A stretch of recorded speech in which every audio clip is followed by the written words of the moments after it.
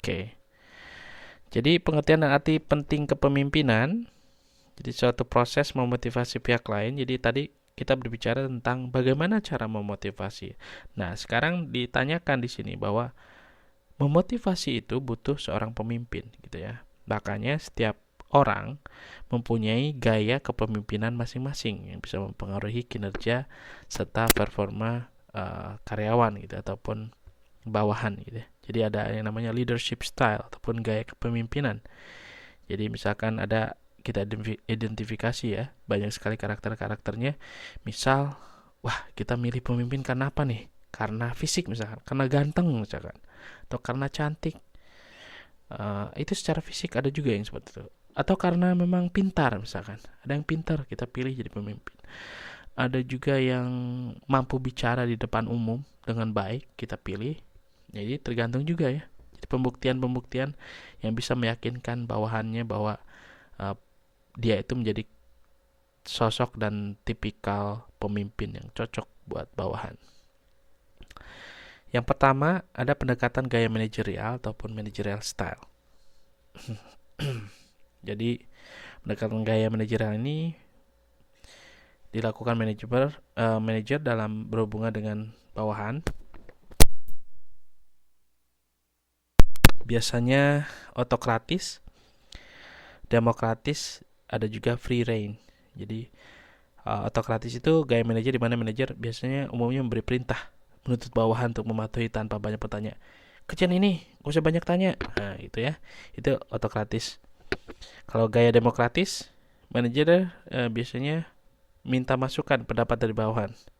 Tapi tetap keputusan akhir sih ada di tangan manajer. Menurut kamu baiknya seperti apa? Oke, karena menurut kamu seperti ini, maka saya memutuskan untuk semua misalkan mahasiswa UT Taiwan mengerjakan tes formatif setiap ada kelas tutorial online misalnya. Ini contoh ya. Terus yang ketiga, gaya free reign atau free reign style. Jadi manajer pada free reign ini dicirikan oleh fungsinya bertindak sebagai penasihat bagi bawahan. Jadi bawahan memiliki kuasa untuk mengambil keputusan. Gitu justru ya. Jadi ini bebas. Terus ada pendekatan kontingensi kepemimpinan, the contingency approach. Jadi setiap manajer ini mempunyai kelebihan dan kekurangan. Jadi banyak juga yang menyatakan bahwa pendekatan ini menyarankan apresiasi perhatian dengan kompleksitas masalah manajerial. Jadi biasanya ada yang namanya istilahnya contohnya gitu ya. Contohnya semua masalah bisa diselesaikan dengan mengikuti cara sebelumnya gitu ya. Jadi kontingensi.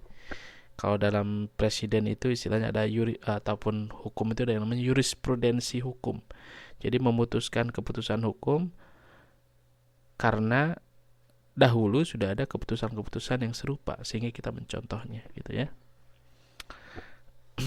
Selanjutnya motivasi dan kepemimpinan abad 21.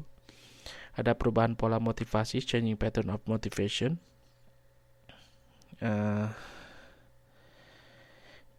Biasanya kecenderungan terjadi karyawan mengharapkan reward yang berbeda dari generasi sebelumnya. Jadi misalkan reward dalam bentuk uang tidak lagi menjadi motivator utama bagi sebagian besar orang, tapi ya mungkin masih ada buat sebagian kecil. Tapi banyak juga yang bilang bahwa jaminan keamanan kerja, terus juga membutuhkan perhatian keahlian, terus juga ada semacam kesinambungan kerja yang lebih tinggi, dan yang paling penting kerja fleksibel itu 67%. Nah, ini juga penampilan ternyata masuk juga ke dalam tingkat kepuasan karyawan. Jadi orang pakai seragam, orang pakai pakaian yang casual, yang enak dilihat bisa meningkatkan kepercayaan diri ya. Dalam pola motivasi sebanyak 56% nih, teman-teman. Akses internet yang tidak terbatas 51%. Jadi jangan-jangan lagi kerja nih pada Facebookan terus ya. Nah, ini kesempatan untuk buat telekomunikasi 43%, waktu tidur 28%, waktu pijatnya ini 25% katanya, daycare 23%, mesin pembuat kopi, kesempatan bawa hewan peliharaan ke tempat kerja. Jadi ini banyak banget ya cara-cara untuk meningkatkan motivasi ternyata. Jadi ternyata katanya, wah nggak apa-apa gaji 18.000 yang penting akses internet 24 jam. Wah enak banget ya. Terus ada perubahan pola kepemimpinan, changing pattern of leadership. Jadi seiring dengan makin mendatar ataupun semakin simple organisasi serta struktur karyawan, maka manajer ini nggak bisa lagi otoriter ataupun otokrat ya. Jadi ya manajerial ini harus mengarah pada gaya demokratis, harus sebagai pembimbing daripada sebagai bos gitu ya. Jadi harus bisa mencari bagaimana kebutuhan-kebutuhan anak buahnya justru, supaya nanti anak buahnya ini betah dan juga menjadi semacam orang yang bisa memperjuangkan nanti tujuan-tujuan yang diperjuangkan juga oleh kita sebagai pemimpin mereka. Gitu. Ada pertanyaan sampai saat ini? Nanti kita lanjutkan ke kegiatan belajar 2 hubungan industrial di pertemuan tanggal 24.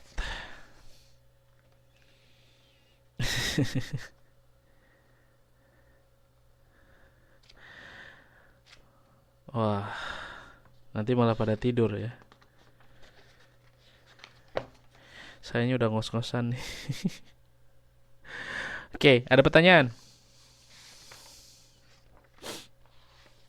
Kita nanti akan bahas tentang hubungan industri di pertemuan tanggal 24 nanti.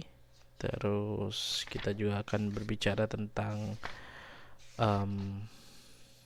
produksi barang dan jasa ya di modul 5. Mudah-mudahan bisa selesai nanti di pertemuan di tanggal 24. Jadi nanti kita tinggal melanjutkan ke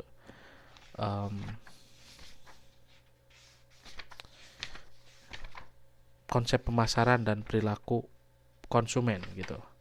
Jadi nanti mudah-mudahan modul 5 ini bisa kita selesaikan di pertemuan tanggal 24 ya. Modul 5, modul 4 gitu. Oke. Ya, yang kalau misalnya tidak ada pertanyaan ya nggak apa-apa. Saya matikan dulu ya alat rekamnya. Sebentar.